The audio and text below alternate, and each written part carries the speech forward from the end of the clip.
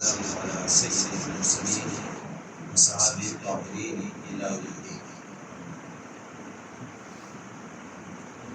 قال الله تعالى في كتابه المجيد والفرقان الحميد: أعوذ بالله من الشيطان الرجيم، بسم الله الرحمن الرحيم. إن الدين عند الله الإسلام. وقال عز وجل: يا أيها الذين آمنوا ادخلوا في السلم كافة ولا تتبعوا خطوات الشیطان انه لکم. محترم بزرگوں، اسلامی بھائیوں اور ملت کے عزیز نوجوانوں، اور یہاں اس پروگرام میں موجود ہے ہماری دینی بہنوں اور بیٹیوں، دیکھیے اللہ تعالیٰ کی سب سے بڑی نعمت جو ہمیں اور آپ کو حاصل ہے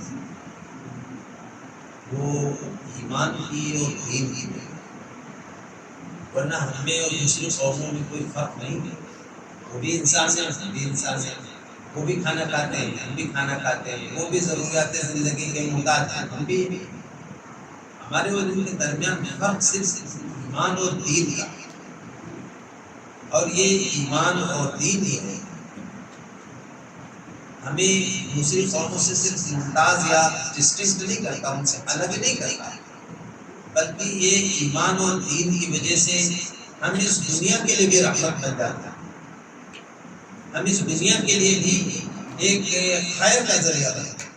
اللہ تعالیٰ نے اس امت کو ہی کہا: کنتم خیر امت، تم خیر والی امت، بہترین امت.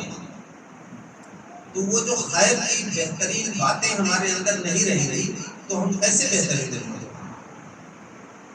اب آپ اندازہ کیجیے، میں جو بہت ہی سادہ بات کرنی چاہتا ہوں کہ اللہ تعالیٰ کے دین کی اہمیت اگر نہیں ہوگی ہمارے دل میں، ایمان کی اہمیت نہیں ہوگی، تو آپ کتنا بھی پڑھ لیجیے، اور ڈاکٹر ہو جائیے، انجینئر ہو جائیے، پروفیسر ہو جائیے، کچھ بھی ہو جائیے، اگر آپ کو دین نہیں معلوم ہے، اگر آپ کو دین کی اہمیت نہیں معلوم ہے، اس کے قدر و قیمت نہیں معلوم ہے، تو کیا ہوگا؟ اس کے لیے بہت ضروری چیز وہ ہے جو علم کی بات ہے. علم کی بات آج اپنا علاقہ، میں تو 50-55 سال سے تو بالکل ہوش میں کہ کس طرح سے علاقے میں لوگوں نے محنت اپنے مستقبل کو نہیں دیکھا، اپنے کاروبار کو نہیں دیکھا، یہ دیکھنا کہ ہماری جو امت ہے اس کو کسی طرح بچانا. تو دن کو دن اور رات کو رات نہیں سمجھا لوگ.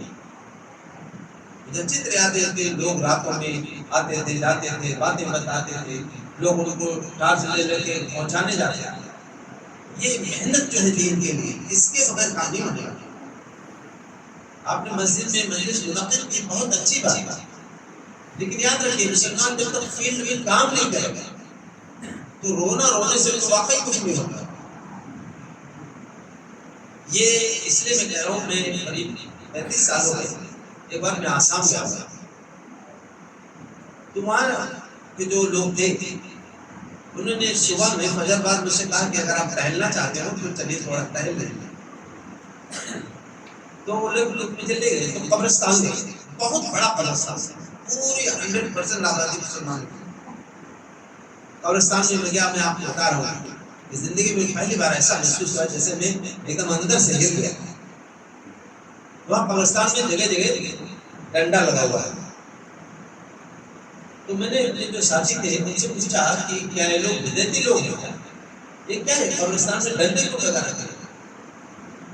تو انہوں نے کہا جمیل بھائی یہ بدعتی نہیں ہے، اور یہ بدعت نہیں ہے، یہ ہماری ضرورت ہے، یہ ڈنڈے لگانے. آپ سوچ سکتے ہیں. میں نے پوچھا کیا مطلب ہے؟ میں نے اصل میں جن قبروں میں ڈنڈے لگے ہوئے ہیں ان کا جب انتقال ہوا تھا تو یہاں نماز جنازہ پڑھانے والا کوئی نہیں، 100% مسلم آبادی جہاں ہے. تو ان کے وہ تو ہم میت کو رکھ نہیں سکتے تھے، ہم نے غسل دیا اور ان کو دفن کر دیا. لیکن اب یہ معلوم کرنے کے لیے ابھی ان کی نماز جنازہ نہیں ہوئی، ہم نے ان کی قبر میں ڈنڈا لگا دیا. پھر آپ جیسے کچھ لوگ آ جاتے ہیں تو جنازہ پڑھوا لیتے ہیں. میں نے بھی کچھ لوگ کے نماز جنازہ پڑھی ہو. میں صرف آپ سے بات کر رہا ہوں کہ دینی علم کی جو ضرورت ہے وہ اتنی بنیادی ہے کہ اگر ہم نے اس پہ توجہ نہیں دی تو پھر اس امت کا تو خدا ہی آئی ہے. میں نے جیسا عرض کیا نا، اس کے پاس ابھی بھی اتنی گری پڑی تعلیم کی حالت میں بھی اس کے پاس سینکڑوں بلکہ ہزاروں اس ملک میں سائنٹسٹ ہیں، ہزاروں لوگ پروفیسر ہیں، ڈاکٹرس ہیں، انجینئرس ہیں. ٹھیک ہے آبادی کے تناسب میں بہت کم ہے، لیکن دین کی اہمیت کم ہوگی. آپ سمجھ لیجیے. یہ دیکھیے جیسے میں مثال دے رہا ہوں، یہاں یہ چھوٹا سا بچہ ہے نا، یہ 4-5 سال کا ہوتا ہے، اس کو آپ 2 کروڑ روپے کا ہیرا لا کے دے دیں تو ایسے ہیرو کو گھمائے گا تو اس میں سے کرنیں نکلیں گی تو یہ اس سے کھیلے گا، مزہ محسوس ہوگا. لیکن کوئی ہوشیار آدمی آ جائے، چالاک آدمی، اس کو 1000-1500 روپے کی پلاسٹک کی اچھی موٹر لے آئے، اس میں بیٹری لگی ہو، دبانے سے آواز کرتی ہو، دوڑنے لگتی ہو، بچہ ہیرا دے دے گا، موٹر لے گا. 2 کروڑ کا ہیرا اس کو دے دے گا اور 1000-1500 روپے کی موٹر کیوں کرے گا ایسا؟ ذرا کبھی سوچا کریں ہم کیوں کرے گا؟ ہم کہیں گے نادان ہے اس لیے کر رہا ہے. تو اپنے بارے میں کیا خیال ہے؟ جب ہم دنیا کی آدھی کچری بالکل نکمی چیزوں مطلب بے قیمت چیزوں کو ہم اختیار کر لیتے ہیں اور اس کے بدلے میں اپنے دین اور ایمان کو رخصت کرتے ہیں. اس وجہ سے ہمارے اس علاقے میں حساب سے وہ بہت بڑی کوشش کہتے تھے کہ قرآن بہت پرانا ہو گیا ہے، 1500 سال پہلے کا ہے، ابھی حالات بدل گئے ہیں تو قرآن میں کچھ امینڈمنٹ ہونا چاہیے، یعنی کچھ اضافہ ہونا چاہیے. مسلمان تھے، مسلمان ماں باپ کی گود میں پلے تھے، اس علاقے کو بہت بڑے آ رہے ہیں. میں یہ کہنا چاہتا ہوں کہ اگر دین نہیں رہے گا، ایمان نہیں رہے گا تو یہی سب ہم بےہودگی کی باتیں کریں گے. میں انتہائی ادب سے گزارش کروں گا، علم کو حضور پاک صلی اللہ علیہ وسلم نے ایک ہتھیار قرار دیا. اگر ہمارا رشتہ علم سے ٹوٹ گیا تو پھر ہم اپنی جگہ قائم نہیں رہ سکتے. یہ بات صاف صاف. تو اسلام نے اس سے تو روکا نہیں کہ ہم بچوں کو پڑھائیں نہیں، لکھائیں نہیں، ڈاکٹر نہیں بنائیں، انجینئر نہیں بنائیں. لیکن میں آپ کو افغانستان کی بات بتانا چاہتا ہوں کہ آج سے قریب 30 سال پہلے 35 سال پہلے وہاں ایک کمیونسٹ آدمی حکومت کر رہا تھا، اس کا نام تھا ببرک کارمل. ببرک کارمل کا بہت گہرا تعلق سوویت یونین سے، جو کمیونسٹ تھے، خدا کو نہیں مانتے تھے، دین کو نہیں مانتے. تو یہ بھی افغانستان جو ایک مسلم ملک تھا وہاں بھی یہی کرنا چاہتا تھا، لیکن وہاں کے لوگ ایک دم کھڑے ہو گئے. اب کیا کرنا تھا وہ کہ زبردستی مسلمانوں کو، ظاہر سے 100% مسلمان تھے، تو سب کے بچوں کو ڈاکٹر بنانے کے لیے، انجینئر بنانے کے لیے وہ ماسکو بھیجتا تھا، تاشقند بھیجتا تھا. ہوائی جہاز میں بچوں کو پکڑ کے بٹھا دیا جاتا تھا اور ان کو لے کے وہ جاتے تھے ماسکو. لیکن جب یہ لے جاتے تھے بچوں کو، کس لیے لے جاتے تھے؟ ذرا غور سے سمجھیے. ڈاکٹر بنانے لے جاتے ہیں، انجینئر بنانے لے جاتے ہیں، ہے نا، سائنٹسٹ بنانے لے جاتے ہیں. لیکن ان بچوں کے ماں باپ ہوائی اڈے کے باہر دہاڑ مار مار دو. تو مغربی ممالک کے ویسٹرن میڈیا کو لوگوں سے پوچھتے تھے کہ گورنمنٹ تو آپ کے بچے کو ڈاکٹر بنانے لے جا رہی ہے، انجینئر بنانے لے جا رہی ہے، تو یہ کیا بیوقوفی کی بات ہے؟ آپ کو تو خوش ہونا چاہیے. ان کے اندر دین کی اہمیت تھی نا، دنیا دیکھ رہی تھی اس وقت. پوری دنیا کی شیطانی قوتیں ہلا نہیں پائی، وہ ٹوٹ تو گئے، مطلب لاکھوں لوگ جان سے ہاتھ دھو رہے، شہید ہو گئے، لیکن جھکے نہیں. یہ افغانستان کی آج کی بات نہیں ہے، پچھلے 1000 سال سے آپ تاریخ اٹھا دیکھ لیں تو کسی قوم کے سامنے جھکے. انگریزوں سے لڑ رہے تھے، انگریزوں نے ہمارے ملک میں قبضہ کر لیا تھا، اب انگریز افغانستان میں قبضہ نہیں کر سکتے. اس زمانے میں 15 لاکھ لوگ شہید ہو گئے. تو وہ لوگ جو روتے تھے جب ان کے بچوں کو لے جاتے تھے ماسکو اور تاشقند، تو روتے تھے تو کہتے تھے کہ ٹھیک ہے کہ ہمارا بچہ ہو سکتا ہے ڈاکٹر بن کے آ جائے، انجینئر بن کے آ جائے، لیکن ہمیں اندیشہ یہ ہے کہ یہ آئے گا مسلمان میں. یہ چیز ہمیں ہمارے یہاں تعلیم کی بھی کافی فرق آیا ہے. پچھلے 35-40 سال میں لوگ پڑھا رہے ہیں بچوں کو، لیکن یہ بہت ضروری ہے کہ آپ کہاں پڑھا رہے ہیں. آپ سمجھ رہے ہیں؟ میں ایک چھوٹی سی بات، اللہ تعالیٰ آسمان سے مخاطب کر رہے ہیں اپنے پیغمبر کو، اور پہلا جملہ جو اللہ تعالیٰ بول رہے ہیں، پہلا جملہ وہ ہے اقرأ بسم ربک، اپنے رب کے نام کے ساتھ پڑھو. یعنی تمہارا اقرا، تمہارا پڑھنا، تمہارا پڑھانا، تمہارا نظام تعلیم، تمہارے اسکولنگ، سب کے سب اس میں رب سے جڑا ہوا ہے۔ اس میں رب سے جب تعلیم نہیں جڑی رہے گی، اللہ کے تصور سے نہیں جڑی رہے گی، تعلیم ہمارا نظام دین سے نہیں جڑا رہے گا، تو آپ جانتے ہیں ڈاکٹر نہیں ڈاکو پیدا ہوگا، انجینئر نہیں دھوکے باز پیدا ہوگا۔ یہ تب کیوں؟ ایسی ہمارے علاقے کی بات ہے، آج سے 10-15 سال پہلے کی بات ہے، ایک اسکول بنوایا تھا ایک آدمی نے، اتھارٹیز یہاں آئے دیکھنے، اور اندر سے پورا دیکھ کر کے جیسے باہر گئے، مشکل سے 3-4 جن کھڑے باتیں کر رہے تھے جو کہ بلڈنگ میں وہ گرفتار ہوا، اس کی ریکوری ہوئی۔ یہ کیوں ہوا؟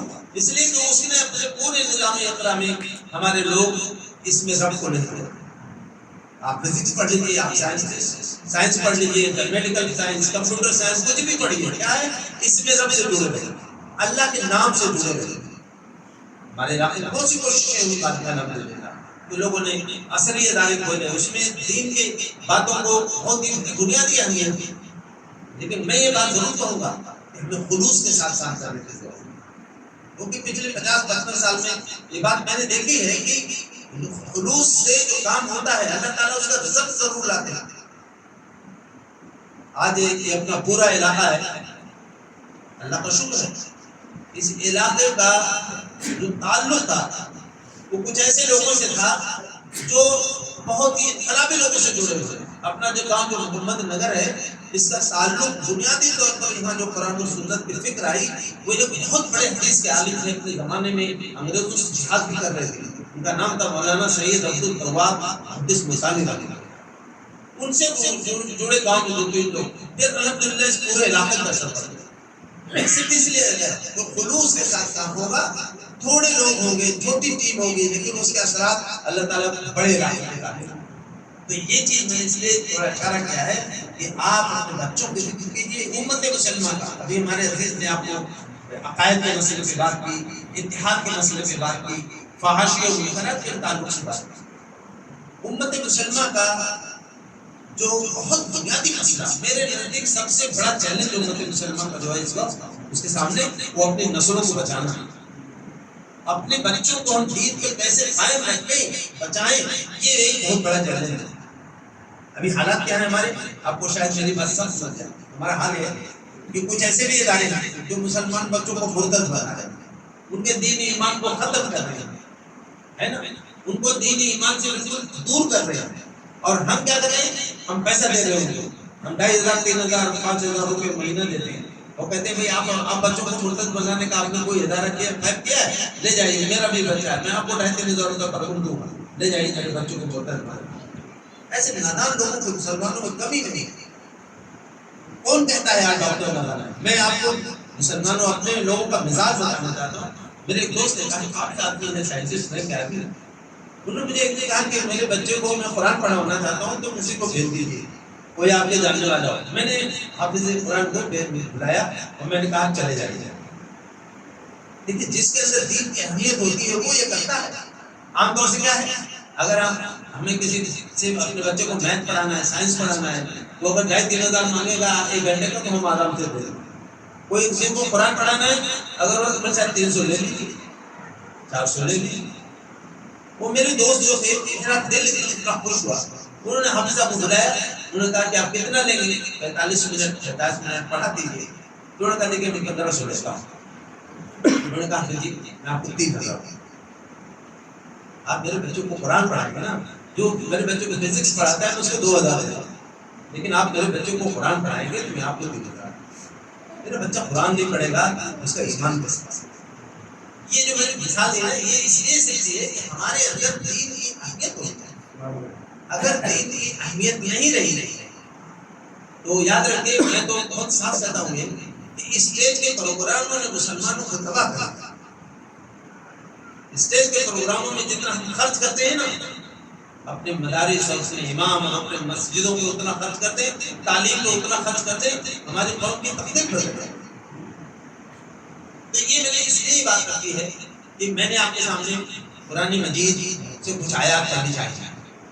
قرآن مجید نے ایک تصور دیا، وہ تصور ایک ہے کامیاب قوم ہے۔ قرآن مجید میں آپ پڑھیں گے قرآن مجید کے دروس کا مسلمانوں کو ضرور اہتمام کرنا ہے. اب تک میں اپنی عمر میں پچھلے سمجھے 45 سال سے سب سے زیادہ میں نے مفید پایا مسلمانوں کے اصلاح کے لیے تو قرآن مجید کے دروس کے ساتھ سینکڑوں زندگیاں بدل گئی میرے آنکھوں کے سامنے بدل گئی. ان کے اندر اتنی بہترین تبدیلی آئی. تو یہ قرآن مجید سے ہمارا تعلق رکھتا ہے. اب میں آج صرف ایک چھوٹی سی بات کہنا چاہتا ہوں کہ ہم میں کامیاب کون ہے اور کامیابی کسے کسے. تو ایک کامیابی ہماری وہ ظاہری کامیابی کا تصور ہے بھائی جو کافی پڑھ لیا, جس کا بزنس بہت اچھا ہے, جس کے بنگلے ہو گئے, جس کے پاس 2-3 کاریں ہو گئی اور جس کا بزنس اتنا پھیلا ہوا ہے, روز بروز اس میں اضافہ ہو رہا ہے, تو ہی از نون ایز کامیاب ہوا. وہ ایک سکسیسفل آدمی مانا جا رہا ہے. اللہ تعالیٰ نے کس کو کامیاب کہا؟ میں ایک بات آپ کو ذہن میں رہنا چاہیے, اسلام جوگیوں کا دین نہیں ہے, اسلام بیراگیوں کا دین نہیں ہے, رہبانیت کا دین نہیں ہے. اسلام ایک ہے کہ اسلام کے ماننے والے کھانا نہ کھائیں, روزی نہ کمائیں, اسلام کے ماننے والے اچھے کپڑے نہ پہنیں, مکان نہ بنائیں. ایسا نہیں ہے. اسلام تو وہ دین ہے کہ جمعہ کے دن آپ نماز پڑھنے آتے ہیں. قرآن نے کہا کہ جب جمعہ کی اذان ہو جائے تو فَسَعُوا إِلَىٰ ذِكْرِ اللَّهِ, اللہ کے ذکر کے لیے دوڑ وَذَرُوا الْبَيْعَ, خرید و فروخت کو چھوڑ. یہ کس کا گائیڈنس ہے؟ مولوی صاحب کا نہیں ہے, یہ اللہ کے مانیٹرنگ ہے, اللہ کے جو ہے یہ ڈکٹیشن ہے اللہ تعالیٰ کا. اللہ تعالیٰ کہہ رہے ہیں جب جمعہ کی اذان ہو جائے تو فوراً اپنے کاروبار کو چھوڑ دو اور پھر چلے جاؤ اللہ کے ذکر کی طرف. اور اس کے بعد کہا جب نماز پوری ہو جائے فَلْيَقْضِ الصَّلَاةَ وَانْتَشِرُوا فِي الْأَرْضِ وَابْتَغُوا مِن فَضْلِ اللَّهِ. جب نماز پوری ہو جائے زمین میں پھیل جاؤ, اللہ کا فضل تلاش. سمجھ رہے؟ اللہ کے فضل سے مراد تمام مفسرین نیچے سے اوپر تک سب لیتے ہیں کہ حلال روزی تلاش.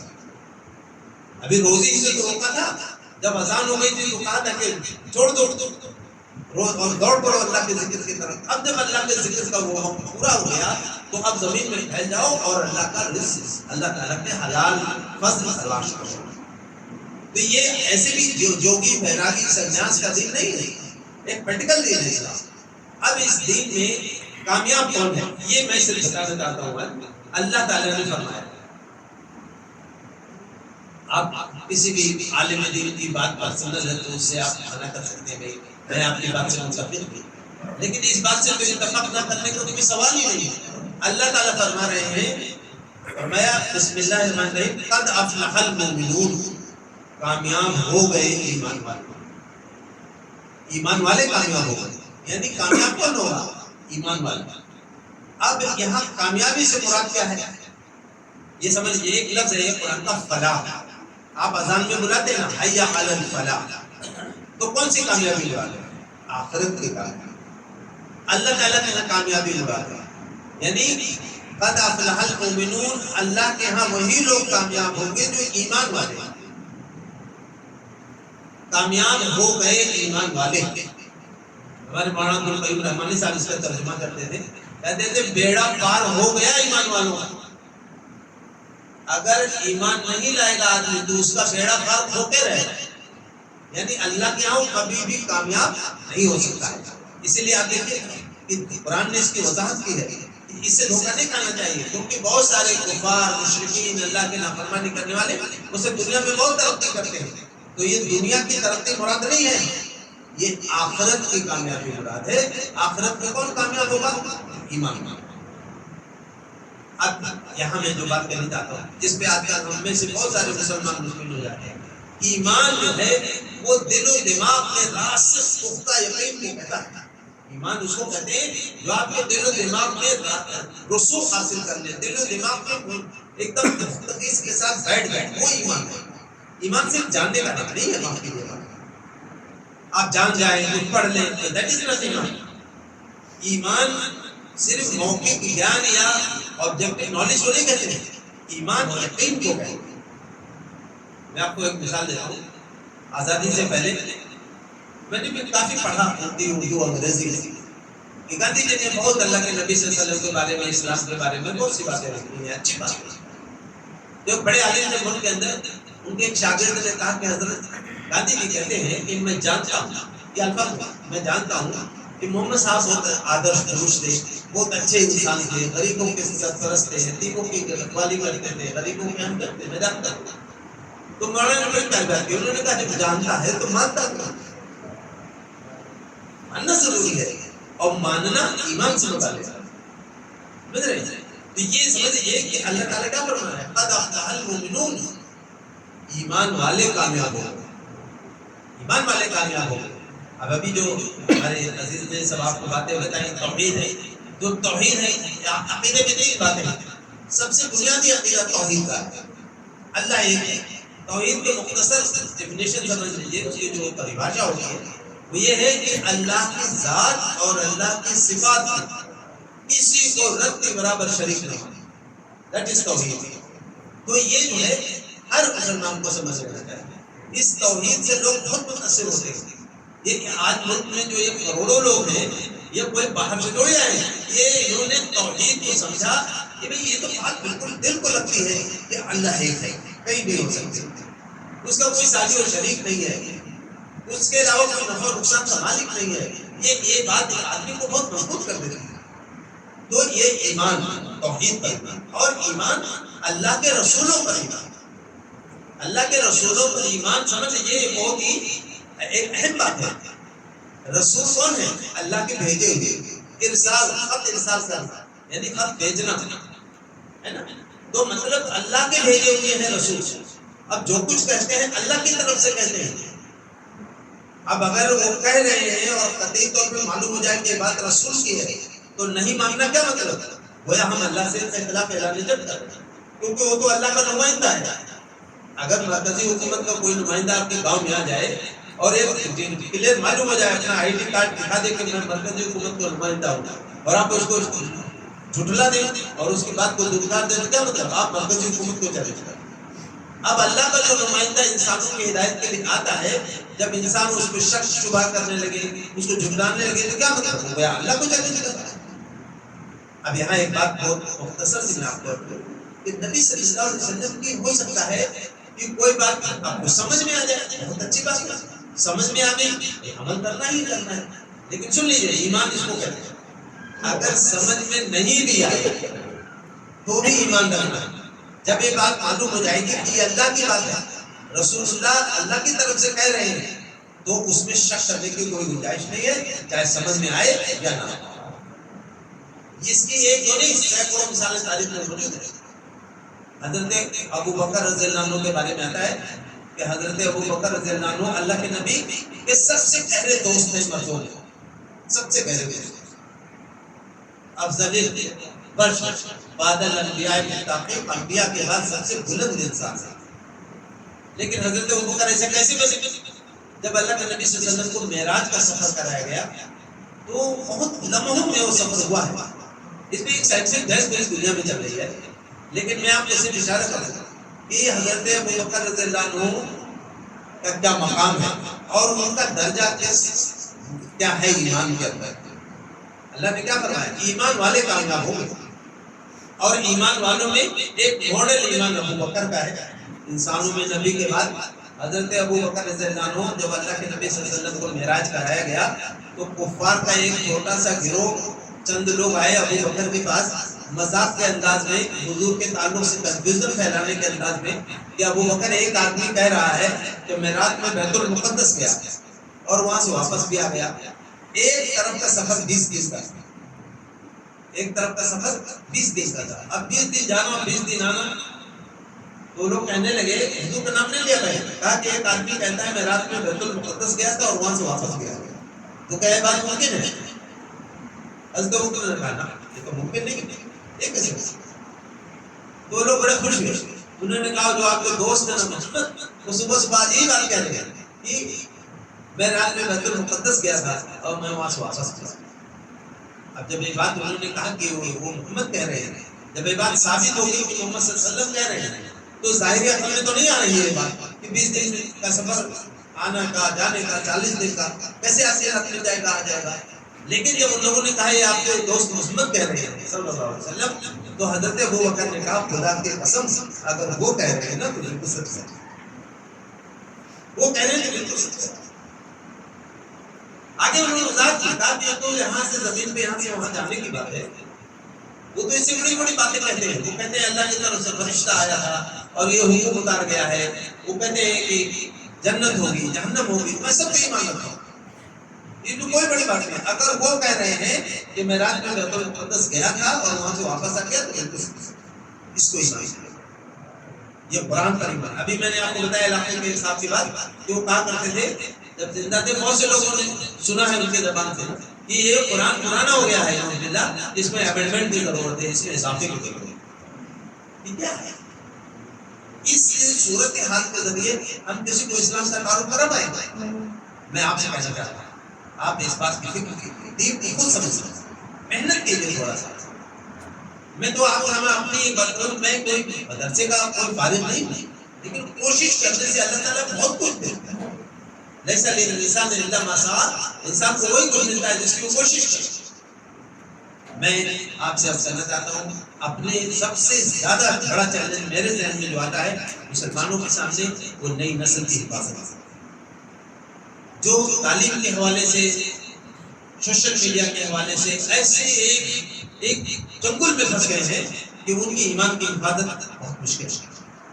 آپ سمجھتے ہیں کہ جو لڑکوں کو ڈاکٹر بنانے کے لیے, لڑکیوں کو ڈاکٹر بنانے کے لیے کیمپس میں بھیجتے ہیں نا, ان کے ساتھ کیا ہو رہا ہے؟ ابھی کچھ دنوں پہلے شہر کے بڑے عالم دین نے لوگوں میں مجھے کہا کہ مولانا ایک لڑکی ہے, اس کے پاس کچھ لوگوں نے سوالات بھیجے ہیں, اب وہ پڑھ رہی ہے میڈیکل کے اندر, تو وہ بڑی کنفیوز ہے کیونکہ وہ باتیں اسے معلوم بھی نہیں تھی, اور وہ سوچ رہی اگر ایسا ہے تو اسلام تو پھر جاتی ہے. تو میں نے آپ کا نمبر دے دیا ہے, وہ آپ سے رابطہ کریں. اب وہ کیسے سوالات تھے, 8 سوالات سب انگریزی میں لکھا ہوا ہے. وہ سوالات کر رہے ہیں. دیکھیے آپ اللہ کے نبی صلی اللہ علیہ وسلم کے بارے میں ایسی باتیں اگر کسی بچے کے ذہن میں آ جائیں تو کتنی دیر تک ایمان پر حال بیٹھے. اس میں ایک سوال تھا, Prophet married his adopted son's wife. Son is his son, no matter adopted or not. پیغمبر نے اپنے منہ بولے بیٹے کی بیوی سے شادی کر لی. بیٹا بیٹا ہے چاہے اپنا ہو یا گود لیا. منہ بولا, آپ جانتے ہیں منہ بولے بیٹا جانتے ہیں, گود لے لیتے ہیں. اسلام میں سن لیجیے, گھر میں اللہ کے اسلام میں گود لیے ہوئے بیٹے بیٹی کا کوئی کنسپٹ نہیں ہے. آپ نے کسی لڑکی کو گود لے لیا, اب آپ کی بیوی کو دودھ تو اس نے نہیں پیا ہے, یا آپ کے جو ہے بہن ہے اس کا دودھ نہیں پیا ہے, اس طرح کا کوئی خون کا رشتہ نہیں ہے. جیسے بیٹی بڑی ہوگی آپ سے اس کا پردہ شروع ہوگا. آپ نے کسی لڑکے کو گود لے لیا, اب بڑا لڑکا جوان ہوا, آپ کی بیوی سے اس کا پردہ شروع ہو جائے. اسلام میں اس کا کوئی کنسپٹ نہیں ہے. اللہ کے نبی صلی اللہ علیہ وسلم نے پرانے زمانے کے اعتبار سے جو روایات ہیں اس میں ایک بچے کو اپنا مطلب دیکھ لیا, آج سے میرے بیٹے ہو گیا. اللہ تعالیٰ نے قرآن میں منع کر دیا سورہ احزاب کہ محمد تمہارے مردوں میں سے کسی کے باپ نہیں ہے. تو جب یہ بات ختم ہو گئی کہ کوئی بیٹا منہ بولا بیٹا کا کوئی تصور نہیں ہے اسلام میں, اس کو بنیاد بنا کر کے انگریزوں نے, عیسائیوں نے, پوری دنیا کے شاطر قسم کے لوگوں نے اللہ کے نبی صلی اللہ علیہ وسلم کی ذات پہ حملے کیے. وہی سوال اس لڑکی کو ان لوگوں نے کر دیا, جبکہ محمد صلی اللہ علیہ وسلم کے وہ بیٹے نہیں تھے. انہوں نے اپنی بیوی کو طلاق دے دیا تھا, وہ شادی حضور نے کرائی تھی. تو اللہ نے آپ کو حکم دیا قرآن کے اندر کہ آپ اس خاتون سے شادی کریں. جب وہ بولا بیٹا ہونے کا تصور جہاں ہوگا, اسلام میں نہیں ہے. تو ایسے سوالات ہمارے نوجوان جو پڑھ لکھ رہے ہیں, یعنی جن کو پڑھانے لکھانے میں ہم کتنا پیسہ خرچ کر رہے ہیں, لیکن ان بچوں کا دین و ایمان خراب کرنے کے لیے کتنی محنت ہو رہی ہے. تو میں آپ سے بہت ادب کے ساتھ کہنا چاہتا ہوں کہ اس کو سمجھیے کہ اللہ تعالیٰ نے کہا کامیاب وہ لوگ ہوں گے جو ایمان والے ہیں, جو آخرت پر ایمان رکھتے ہیں, توحید, رسالت, آخرت اس پہ ایمان رکھتے ہیں, جن کا ایمان ہے کہ اسلام مکمل ہے. یہ پورے دین کی بات ہے. اور سن لیجیے, اسلام صرف عقیدے کا نام نہیں ہے, اسلام عقیدے اور عمل کا نام ہے. قرآن میں کیا کہا ہے, آمنوا وعملوا الصالحات, ایمان لائے لیکن اور نیک عمل کرتے ہیں. اسی ایمان کی روشنی میں اپنے عمل کو انجام دیتے ہیں. تو یہ جو سب سے بہترین عمل ابھی بات آئی کہ نماز پڑھتے ہیں. میں آپ کو یہ جو آیات سنا رہا ہوں یہ سورہ المومنون کی 18واں پارہ شروع ہوتا ہے. آپ قرآن کھولیے, ترجمہ ایک بار پڑھیں گے تو انشاءاللہ آپ کو بہت سمجھ میں آ جائے گا. اللہ نے فرمایا قد افلح المؤمنون, کامیاب ہو گئے ایمان والے، یعنی جو ایمان والے نہیں ہوں گے وہ اللہ کے ہاں کامیاب نہیں ہوں گے۔ اللہ تعالیٰ کے ہاں کامیابی کس کو ملے گی؟ ایمان والے۔ اور ایمان کا مطلب توحید، رسالت، آخرت، یہ سب ایمان کی بات ہے۔ یہاں فرمایا اللہ تعالیٰ نے کہ ایمان والے کامیاب ہوئے۔ پہلی بات، یہ 11 آیتیں میں نے پڑھی آپ کے سامنے رکھا ہے، ان 11 آیتوں میں 2 بات نماز کا ذکر، یہ فوراً نماز کا ذکر ہے۔ مومنون کے بعد کہنے کے بعد فوراً نماز کا ذکر ہے۔ نماز کے بارے میں کہا الذین هم فی صلاتہم خاشعون، جو اپنے نمازوں میں خشوع کیا ہے۔ یہ خشوع کیا ہے؟ اس کے بعد جو نماز کے بارے میں کہا ہے والذین هم علی صلواتہم یحافظون، جو اپنی نمازوں کی حفاظت کرتے ہیں، مطلب وقت سے پڑھتے ہیں، سستی اور کاہلی نہیں کرتے، رکوع کی طرح رکوع اور سجدے کی طرح سجدہ کرتے ہیں، مطلب جو اس کے ارکان ہیں اس کو ٹھیک ٹھیک کرتے ہیں۔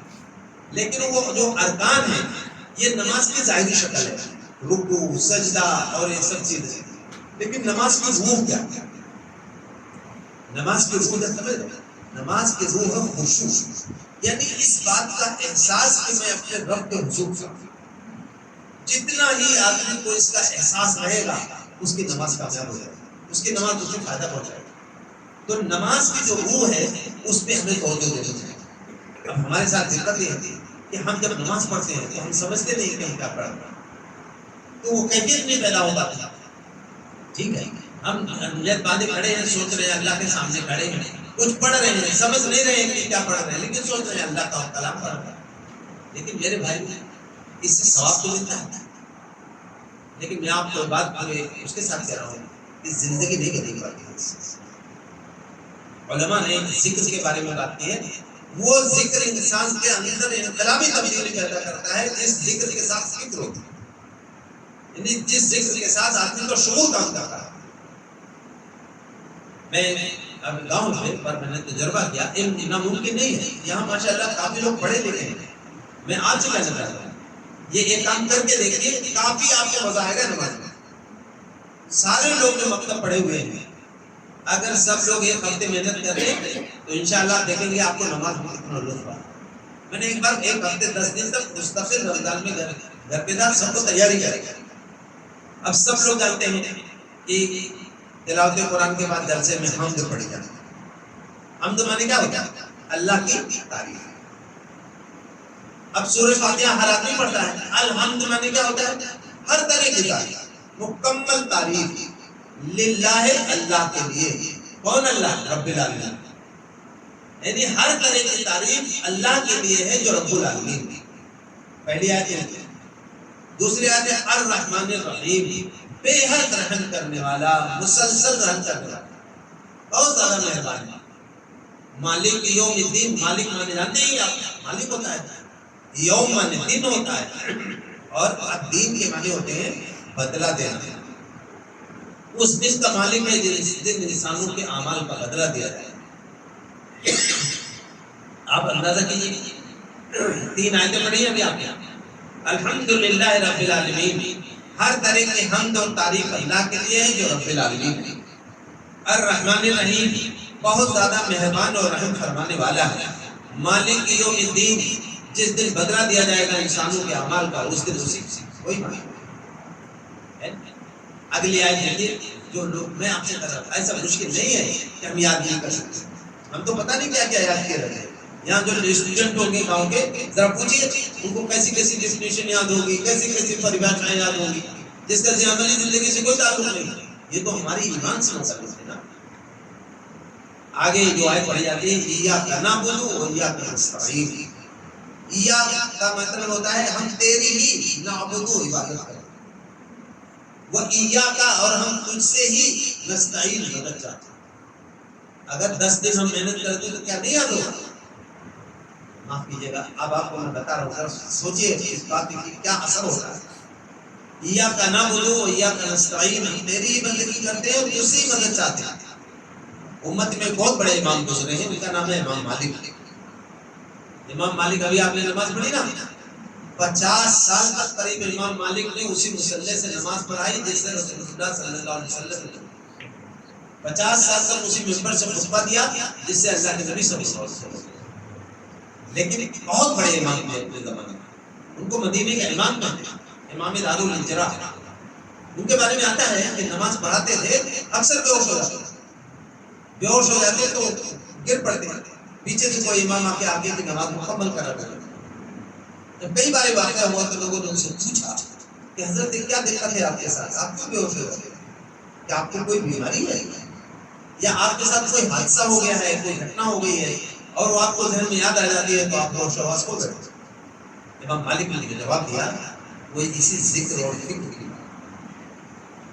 وہ کہتے ہیں جب میں کہتا ہوں نماز میں یا کنا ہوں، اللہ میں تیری بندگی کرتا ہوں، تو مجھے ڈر لگتا ہے کہ ابھی آسمان سے آواز آئے گی لیکن جھوٹ تو میری بندگی نہیں کر رہا ہے، تو نفس۔ جب میں کہنا چاہتا ہوں وہیا کا نستعین، اللہ میں تجھے سے مدد چاہتا ہوں، تو مجھے ڈر لگتا ہے ابھی آواز آئے گی مالک نے نفس کو جھکائے تو میرے علاوہ سب سے مدد۔ میں آپ سے گزارش کرتا ہوں خدا کے کوئی میں کوئی آپ سے جو گزارش کرنا شاید میرا حق بھی ہے کہ نماز کو تھوڑا سا سمجھیے۔ آپ کہتے ہیں سبحان ربی الاعلیٰ، کیا آپ اس کا مطلب نہیں آتا؟ سبحان مانے پاک ہے، ربی مانے میرا رب، اعلیٰ مانے بہت بلند۔ سبحان ربی العظیم، پاک ہے میرے رب بہت عظیم ہیں، بہت عظمت والے ہیں، بہت بلند ہے۔ تھوڑا سا ذہن میں رہے اور تھوڑا سا سنجیدگی سے ہم نماز پڑھیں، نماز ہمیں بدل دے۔ ہماری نماز ہمیں کیوں نہیں بدل پاتی ہے؟ یہ بہت اہم بات ہے۔ تو اللہ تعالیٰ نے کیا کہا کہ کامیاب ہو گئے، بیڑا پار ہو گیا ایمان والوں کا۔ ایمان والا نہیں ہے کچھ بھی اچھے کام خدمت کے، انسانوں کو کمبل بانٹ رہا ہے، دوا بانٹ رہا ہے، کھانا بانٹ رہا ہے، اس سب کا فائدہ اس کو اس دنیا میں مل جائے گا۔ یہ بات سمجھ لیجیے، قرآن و حدیث سے کہ جو کوئی آدمی ایمان والا نہیں ہے وہ بظاہر اچھے کام کرتا ہے، پبلک کے ریلیف کے لیے کام کرتا ہے، لوگوں کی آسانی کے لیے کام کرتا ہے، تو ایسا نہیں اس کو اسی دنیا میں اس کے اندر اس کو دنیا میں بدلہ مل جائے گا، اس کو عزت مل جائے گی، اس کو لوگوں میں قبولیت مل جائے گی، یہ سب آخرت میں کچھ نہیں۔ جو آخرت میں کامیابی کے تعلق سے ہے ایمان، قد افلح المؤمنون، کامیاب ہو گئے ایمان والے۔ اور کون ایمان والے؟ جو اپنی نمازوں میں خشوع ہو، جن کی نمازوں میں اپنے رب کے حضور حاضر رہنے کی کیفیت خوب رہتی ہے۔ فرمایا کہ الذین هم فی صلاتہم خاشعون۔ اب آگے کی بات بہت اہم ہے، میرے جو عزیز بات کر رہے تھے وہ انہوں نے کچھ باتیں کی اس سلسلے سے۔ اللہ تعالیٰ نے فرمایا الذین هم والذین هم عن اللغو معرضون، جو لغو و بیہودہ باتوں سے اعراض کرتے ہیں۔ جو لوگ تھوڑا اردو اچھی جانتے ہیں وہ اعراض کرنا اردو میں بھی بولتے ہیں۔ کہتے ہیں کہ جیسے کوئی آدمی آپ بیٹھا ہوا ہے، آپ اس سے ملنا نہیں چاہتے تو آپ راستہ کترا کے نکل جاتے ہیں، ادھر اس راستے میں نہیں جاتے جیسے وہ بیٹھا ہوا ہے، کیونکہ آپ اسے ملنا نہیں چاہتے، تو کہا جاتا ہے آپ نے اس سے ملنے سے اعراض کیا، مطلب کترا کے نکل گئے۔ یہ اللہ تعالیٰ فرماتے ہیں کہ وہ لوگ جو اللہ کے کامیاب ہونے والے ہیں وہ لوگ لغو و بیہودہ باتوں سے، گندی باتوں سے اعراض کرتے ہیں، اسے کترا کے نکل جاتے ہیں۔ من ہوا یہاں ناچ گانا ہو رہا ہے تو یہ نہیں کوشش کرتے ہیں اس سے کترا کے نکل جائے۔ کوئی بیہودہ مجلس ہے، کوئی جو ہے گانے کی مجلس ہے تو وہاں سے کترا کے نکل جاتے ہیں، لچائی ہوئی نگاہ سے نہیں جاتے۔ سورہ فرقان میں اللہ نے کہا وَإِذَا مَرُّوا بِاللَّغْوِ مَرُّوا كِرَامًا، جب کسی لغو و بیہودہ بات کے پاس سے گزرتے ہیں شریفانہ انداز میں گزرتے ہیں۔ اب آپ میں یہاں ایک بات کہنا چاہتا ہوں، اس کو ذرا سمجھیں کہ والذین عن اللغو معرضون، لغو و بیہودہ باتوں سے دور رہتے ہیں۔ کون؟ ایمان والے۔ وہ ایمان والوں کو جن کو اپنے نسلوں کو بچانا ہے، وہ ایمان والے جن کو چاروں طرف سے جو طوفان آندھیاں آئی ہوئی ہیں، جس کو آپ کہہ رہے ہیں حالات خراب ہیں، ان حالات میں اپنے دین و ایمان کو بچانا ہے، جنہیں اسلام کی دعوت دینی ہے، جنہیں اسلام کے اقامت اور غلبے کا کام کرنا ہے، ان کے پاس اتنا وقت کہاں ہے کہ وہ لوگوں و بیہودہ باتوں میں جا کے کر سکتے۔ سمجھ رہے ہیں؟ جن کے سامنے اتنے بڑے بڑے کام ہیں جن کی زندگی میں ان کو انجام دینا ہے، ان کے پاس کہاں فرصت ہے کہ لوگوں و بیہودہ باتوں میں اپنا وقت ضائع کریں۔ اللہ تعالیٰ نے فرمایا کہ وہ ایمان والے جو اللہ کے یہاں کامیاب ہوں گے وہ لغو و بیہودہ باتوں سے دور ہیں۔ میں اپنی ماؤں بہنوں بیٹیوں سے کہنا چاہتا ہوں کہ آپ لغویات میں اپنا وقت ضائع نہ کریں۔ آپ اس امت کی بیٹی ہیں جس امت کو ہر طرف سے خطرہ ہے۔ جس امت کا ایمان خطرے میں، تہذیب خطرے میں، مساجد خطرے میں، بہت ساری چیزیں خطرے میں ہیں، تو کم سے کم آپ کو تو سمجھنا چاہیے نا کہ ہمیں جو ہے لغو و بیہودہ گندی باتوں سے دور رہنا ہے۔ یہ چیزیں آج سمجھ نہیں آتی ہیں ہمارے یہاں پردے کا نظام کی خرابی نہیں، ہر برائی کو بالکل ایک دم آسان کر دیا۔ میں یہاں بتا نہیں زیادہ تفصیل کے ساتھ، کیونکہ آپ کو سمجھ لیجیے کہ بہت سارے لوگ، ایک پردہ جو ہے نا یہ فطری نظام ہے بالکل، اس پر جو لوگ غور کرتے ہیں نا اللہ تعالیٰ انہیں ایمان دے دیتے ہیں۔ اسلام کا نظام کتنا پیارا ہے، یعنی سگی چچے زاد بہن سے آدمی کا پردہ ہوتا ہے، سگی خالہ زاد بہن، سگی پھوپھی زاد بہن، انہی رشتوں میں ذرا سا بھی ادھر ادھر بہنتے ہیں آدمی۔ وہ بات کہہ رہے تھے نا کہ بھئی اتنا ہو جاتا ہے، فلاں ہو جاتا ہے، وہ کیوں ہوتا ہے؟ اس لیے کہ اللہ رب العالمین نے جو پریکاشن دیا تھا، جو ساودھانی برتنے کے لیے اللہ تعالیٰ نے کہا تھا، انسان اس کو نظر انداز کر دیتا ہے کہ خرابی تو پیدا ہونی ہی ہے۔ تو یہاں میں آپ سے کہتا ہوں کہ وہ جو ایمان والے کامیاب ہیں یا کامیاب ہوں گے اللہ کے ہاں، جن کا بیڑا پار ہوگا، تو لغو و بیہودہ باتوں سے دور رہیں، ان سے ان کا کوئی تعلق نہیں ہوگا۔ آگے کی جو بات ہے بہت ہے، یہ آیت سمجھنے میں عموماً ہم سادگی سے گزر جاتے ہیں۔ فرمایا والذین هم للزکاة فاعلون، جو لوگ زکوٰۃ کا عمل کرتے رہتے ہیں۔ یہ زکوٰۃ ہوتے ہیں نا، ابھی رمضان میں آپ بہت سارے لوگ رمضان میں زکوٰۃ دیتے ہیں۔ زکوٰۃ کے معنی ہوتے ہیں پاک کرنے کو۔ یہ جو لوگ زکوٰۃ دیتے ہیں نا، اس زکوٰۃ کے معنی کیا ہوتے ہیں؟ پاک کرنا، بڑھانا، پاک کرنا۔ لیکن قرآن مجید میں جب بھی زکوٰۃ کی بات آتی ہے تو یؤتوا الزکاۃ، آتوا الزکاۃ، یؤتون الزکاۃ